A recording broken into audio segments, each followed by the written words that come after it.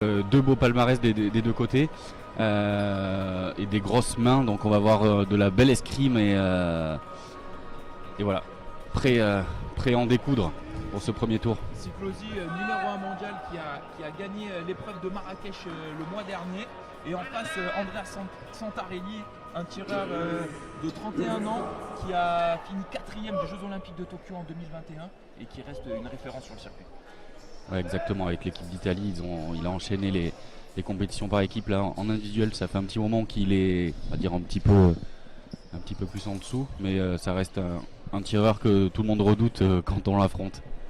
Donc on le rappelle, les 16 premiers mondiaux sont exemptés du premier jour de qualification qui s'est déroulé hier.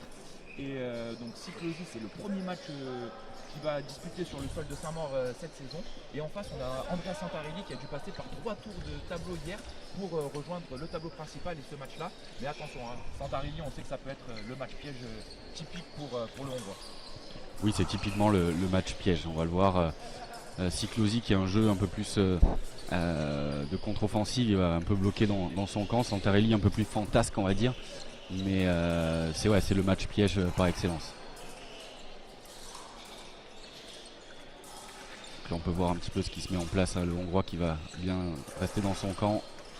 Voilà, on sent que Santarelli essaye de peut-être trouver des ouvertures et voilà la première touche pour Andrea Santarelli. On sent qu'il est plus actif sur ce début de match. Ouais, exactement, il a bien réussi à le presser, à le pousser dans son camp pour le faire déclencher une attaque et le prendre en contre-attaque. 1-0 pour Santarelli.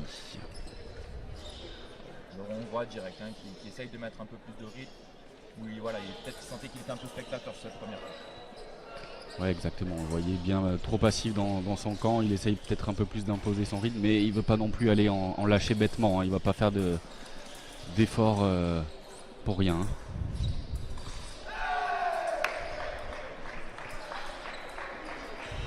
On voit aussi beaucoup de recherche de fer de la part des tireurs pour créer des réactions chez l'adversaire.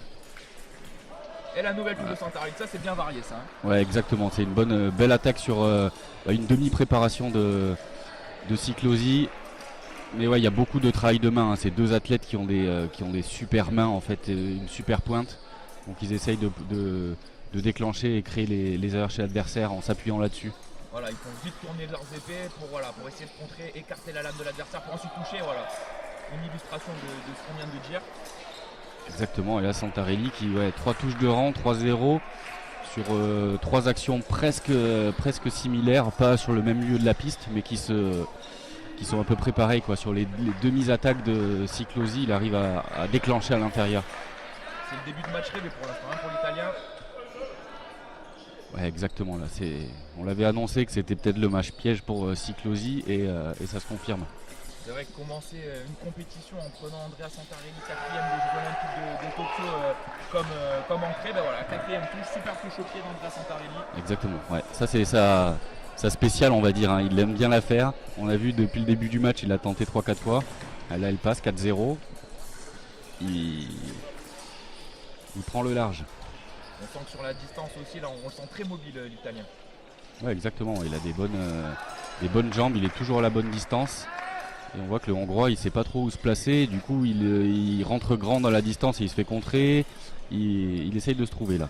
C'est ça, on dirait qu'il cherche ses marques alors que Santarelli lui il a imposé son rythme d'entrée et il arrive à faire sortir un peu de son fond de jeu le Hongrois.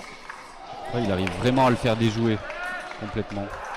Pas de solution pour le Hongrois pour l'instant. Exactement, encore la même action, on voit il a réussi à casser la distance en une seconde, il finit finalement juste par un coup droit à l'épaule. Rien de bien compliqué, mais le Hongrois est complètement perdu au niveau de la distance. 5-0. Andrea Santarelli qui a déjà mis un tiers des touches qu'il doit mettre pour remporter le match, parce qu'on le rappelle, un match se déroule en 15 touches ou en 3 fois 3 minutes. Donc là on va arriver à la fin du premier tiers-temps, il reste 15 secondes et Andrea Santarelli mène 5-0. Voilà, il ne prendra pas de risque dans cette fin de tiers-temps. S'il voit une cible qui s'ouvre, il ira, mais il partira pas bêtement. Siklosi qui tente de mettre un petit pressing. Voilà, on voit, il fait toujours le petit retrait de buste pour éviter la touche du Hongrois. Et voilà, et 5-0 pour l'Italien, c'est parfait pour l'instant sur ce premier tiers-temps. Et on va voir comment Siklosi va utiliser cette minute pour essayer de réagir pour la suite du match. Ouais, je pense qu'il y a des solutions à aller chercher, mais on voit déjà juste sur cette dernière action avant la fin du tiers-temps, où il a beaucoup plus poussé dans ses 2 mètres et il a mis un gros pressing, et je pense que la solution elle a sans doute passé par là, parce que toutes les touches qu'il a prises c'était finalement en milieu de piste où il faisait des demi-préparations et il se faisait contrer. Et là en le poussant plus dans son camp, il va sans doute pouvoir réussir à mettre des touches. Mais en tout cas, s'il ne sort pas de ce schéma-là, il n'arrivera pas à s'en sortir. Ouais, on voit vraiment que c'est Andrea Santarelli qui gère sa distance, qui impose son rythme. Le Hongrois va devoir trouver vraiment quelque chose pour essayer d'inverser la tendance, parce qu'à l'épée aussi, une avance de 5 touches, c'est non négligeable. Oui, exactement, parce qu'on le rappelle, hein, une touche double, normalement mise dans les bonnes conditions, c'est un point pour les 2 athlètes. Hein, donc le score peut monter rapidement jusqu'à 15 avec 5 touches d'avance. Voilà, on peut peut-être compter là-dessus pour faire monter le score et s'approcher le plus rapidement possible de la victoire. Ouais, exactement, il n'y a plus trop droit à l'erreur, hein, on ne peut pas trop lâcher de touche. Donc là, début du deuxième tiers-temps, 5-0. Et pour le moment, il reste dans le même schéma, hein, on ne voit pas trop de changements. On reste un peu sur le même rythme. Ouais. Santarelli peut-être juste un peu moins actif qu'au début du premier tiers-temps. Ouais, exactement, il attend dans son camp. Un peu plus en gestion. Et voilà, encore la touche à la main sur la préparation du Hongrois. Ouais, je pense que pour moi, la solution elle devrait venir d'aller faire un gros pressing pour aller le pousser loin. Là, il travaille au milieu de piste et c'est Santarelli qui est en full contrôle de la distance et qui le contre directement. C'est très bien, superbe attaque encore à la cuisse. Tout se passe au milieu de piste, la distance elle est contrôlée à merveille par Santarelli. Là on sent Siklosi perdu, je l'ai rarement vu aussi perdu. Et on l'a vu hein, juste avant, là, sur la 6e touche à la main de l'Italien, on a vu Siklosi faire de grands gestes comme si justement il était un peu impuissant, il est un peu perdu sur la piste comme vous dites. Ouais, là on le voit complètement perdu et c'est rare de voir Siklosi perdu parce que normalement c'est un métronome, il est très régulier dans ses actions et là... voilà, la première touche du Hongrois. Voilà, il met une touche et Santarelli était dans ses 2 mètres. Donc il y a peut-être une piste à aller explorer là-dessus en allant vraiment pousser l'adversaire. Arriver à le pousser sans se faire surprendre sur son avancée. Exactement, parce qu'en fait, quand on le rappelle hein, sur la piste d'escrime, si on sort du terrain dans ses 2 mètres, c'est une touche pour l'adversaire. Du coup, une fois qu'on arrive dans les 2 mètres adverses, on n'a plus de solution de défense de jambes, on est obligé de défendre que de la main et donc c'est... Voilà, on a moins de terrain pour jouer sur la distance. Deuxième touche d'affilée du Hongrois.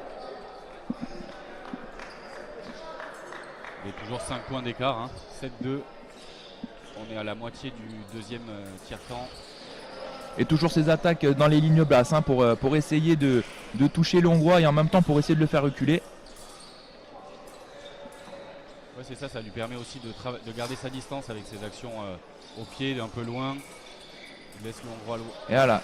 Ça, c'est, 3e touche consécutive de Siklosi. Avec un allongement du bras sur il l'a poussé un peu plus loin et il le contre directement. 7-3, on a toujours un bon écart mais j'ai l'impression que le Hongrois veut moins jouer un peu avec l'Italien et allonge directement dans la cible. Mais là cette fois c'est contré par Santarelli qui a peut-être vu cette petite modification du Hongrois. Exactement, il a peut-être réussi à s'adapter, mais là on voit c'est un petit coupé à la main. C'est bien fait par... Voilà, il se pose un peu moins de questions le Hongrois, hein. Il voit la cible, il y va directement, il fait moins bouger sa main. Exactement, ouais, il va direct au but, alors que tout à l'heure il passait toujours par un petit coupé à la main, une prise de fer, etc. Là il pousse, il va tout droit et ça a l'air d'avoir au moins solutionné le problème. Voilà, plus que 3 touches d'avance pour Santarelli. On sent que Siklosi, voilà, là il a trouvé un petit truc. Ouais, il essaye de changer un petit peu son jeu. Tout à l'heure, il était enfermé dans sa distance, ses petites marches, prendre beaucoup de fer. Là, il va sur quelque chose de plus simple. L'Italien qui pense toucher, oula, celle-là elle peut faire mal dans la tête. Hein. Ouais, l'Italien qui pensait avoir touché. Et encore une fois, hein, vraiment un coup droit école à l'épaule. Ça rentre fort hein, du côté hongrois. 8-6. 9-6, la touche de l'Italien. Ça là, ça peut le relancer. Ça peut le relancer. Un peu raccro hein, cette touche, comme on dit parfois. Il y a des touches comme ça qui peuvent refaire basculer un match. Elle n'était pas du tout préparée. C'est pas du tout. Puis on voit en plus que c'est pas la première action vers l'avant qui touche, c'est la deuxième, ce qu'on appelle une remise. Donc ça c'est il n'y avait pas forcément de maîtrise dans le geste, mais tant mieux pour lui, ça lui fait un point de plus.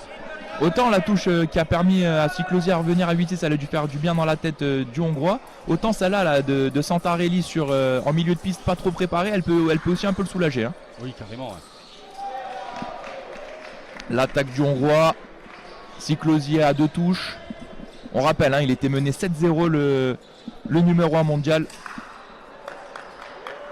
Ouais, il a bien refait son retard en partant sur des choses beaucoup plus simples finalement. Donc on va arriver à la fin du deuxième tiers-temps. Un bon tiers-temps hein, pour Cyclosi. Ouais, là c'est de nouveau positif. Mais on l'avait senti vraiment perdu sur la piste et un petit déclic de pas grand-chose. Hein. C'était juste un poil de distance, un poil de travail plus simple dans l'allongement du bras direct et finalement ça paye. Donc là le suspense est relancé. C'est ce qui fait la force aussi de ces tireurs d'arriver à changer un petit réglage pour de suite se remettre dans le match, parce que voilà des scores comme il y a eu 7-0 pour revenir dans un match et revenir à la fin du deuxième tiers-temps quasiment au contact de son adversaire, c'est quand même quelque chose d'assez rare et donc d'assez remarquable. Ouais, c'est assez rare, et surtout avec un adversaire en face comme Santarelli. Hein. Être mené 7-0 sur Santarelli, il faut aller le chercher. Et c'est là on voit que il est quand même pas numéro 1 mondial pour rien. Quoi. Il a réussi à trouver les solutions sur la piste. Et au final, à ce premier tour, donc aujourd'hui pour lancer la journée, c'est un remake de la demi-finale des Jeux Olympiques de Tokyo 2020 avec Santarelli Cyclosi. Donc c'était le Hongrois qui s'était imposé et qui avait rejoint la finale pour au final s'incliner contre le tireur de Saint-Maur, Romain Canon. Ouais, exactement. Donc, ouais, on était quand même sur une demi-finale de Jeux Olympiques. Et donc c'est reparti pour le dernier tiers-temps, 9-7. Dernier tiers-temps. Donc à la fin du temps, s'il y a égalité, il y aura une minute supplémentaire et un tirage au sort pour déterminer le gagnant. Si le score en reste là, c'est une victoire de Santarelli. Nous, ça va en 15 touches. Donc on repart sur le même schéma avec le Hongrois qui essaye de pousser l'Italien et la nouvelle touche encore directement. Exactement. L'attaque qui touche. On voit qu'il met un peu plus de pression de jambes. On voit sur les appuis, c'est pas des petites marches. Il est un peu plus en rebond. On sent qu'il est capable de déclencher à tout moment. Et c'est ce qu'il fait. Donc il presse et au final il déclenche en action simple tout droit, mais avec la puissance qu'il dégage, en fait, on ne peut pas le parer. Quoi. Santarelli qui essaye de changer quelque chose, d'aller un peu plus vers l'avant, un peu moins subir les événements. Ouais, c'est ça, mais en début du match, Santarelli mettait beaucoup plus de rythme de jambes. Et voilà, et on voit que ça fonctionne. Il mettait plus de rythme de jambes et il allait dans le camp du Hongrois.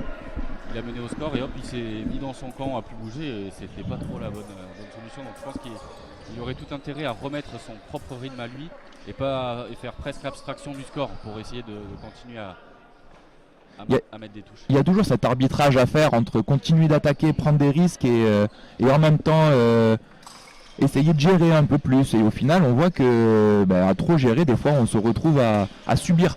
Ouais, exactement. Mais ça, c'est un peu inconscient. Hein. Donc, directement, quand on mène, on se dit bon allez, je vais un peu plus l'attendre. Et c'est parfois pas du tout la bonne solution. Et on peut se faire piéger d'un match qu'on maîtrise à passer du coup à douter, et au final on essaye de reprendre le rythme d'avant, mais on n'y arrive pas parce que on est plus en doute, on est moins en confiance et au final on peut se perdre des matchs. Donc ouais, c'est toute une stratégie à mettre en place et une balance à trouver entre les deux. Changement d'arme pour l'Italien qui avait un petit souci technique. On va voir si cette petite coupure l'a aidé. Nouvelle touche, très beau contre de Santarelli. Là c'est un beau contre parce que le Hongrois là, avait fait ses bonnes préparations comme il l'a fait tout à l'heure et Santarelli a réussi par un petit bonhomme à esquiver l'attaque de Cyclosi et pouvoir mettre une contre-attaque. 11-8. 11-8, 3 touches d'avance pour Santarelli qui, on le rappelle, menait 7-0. Voilà, le Hongrois qui reprend du terrain, qui remet des jambes. Et je peux vous dire qu'on l'a en face le Hongrois. L'attaque c'est bien défendu par Andrea Santarelli. Le Hongrois qui arrive à récupérer la touche double. Voilà, et touche double c'est bien pour Santarelli. Ouais. Ce Hongrois quand il fait du pressing comme ça, je peux vous dire il est massif. Ça part fort. Et c'est costaud. Donc il faut être bien accroché quand on l'a en face. Santarelli qui a demandé une vidéo, qui pensait que son adversaire l'avait touché alors qu'il était hors de la piste, mais l'arbitre valide bien les deux touches. Ouais. 12-9 pour Santarelli. Touche double, 12-9. Encore 1 minute 30